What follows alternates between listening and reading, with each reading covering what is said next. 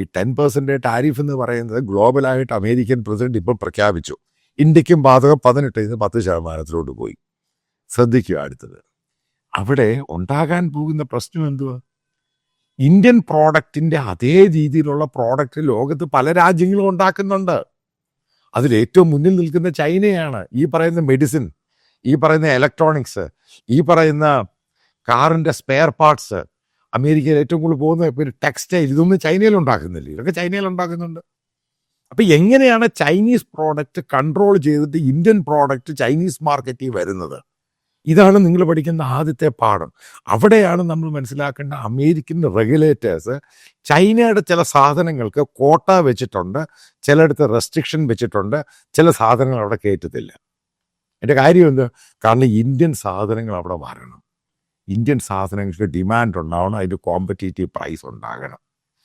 ഈ പറയുന്ന 10% ചൈനയുടെ വിയറ്റ്നാമിൻ്റെ മറ്റുള്ള രാജ്യങ്ങളിലെ റെസ്ട്രിക്ഷൻ ഇല്ലാതായി.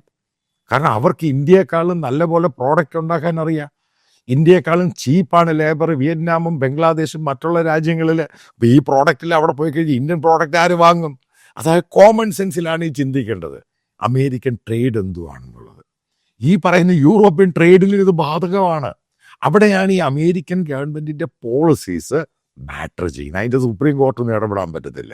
എങ്ങനെ? ചില രാജ്യങ്ങൾക്ക് ചില റെസ്ട്രിക്ഷൻ കൊടുത്തിട്ടുണ്ട്. കാരണം അമേരിക്കയ്ക്ക് താല്പര്യം ഇന്ത്യൻ പ്രോഡക്റ്റാണ് ആ മാർക്കറ്റിൽ വരേണ്ടത്, ഇന്ത്യയുടെ എക്കോണമി ഡെവലപ്പ് ചെയ്യണം, അപ്പം ഇന്ത്യ അമേരിക്കയുമായിട്ട് ബന്ധത്തിൽ പോകണം. അത് അവരുടെ ജിയോ പൊളിറ്റിക്കൽ നയത്തിൻ്റെ ഭാഗമാണ്. അതാണ് ഞാൻ പറഞ്ഞത്, നയമാണ് ഇതിൻ്റെ അകത്ത് പ്രധാനം, ഗവൺമെൻറ് പോളിസീസ്.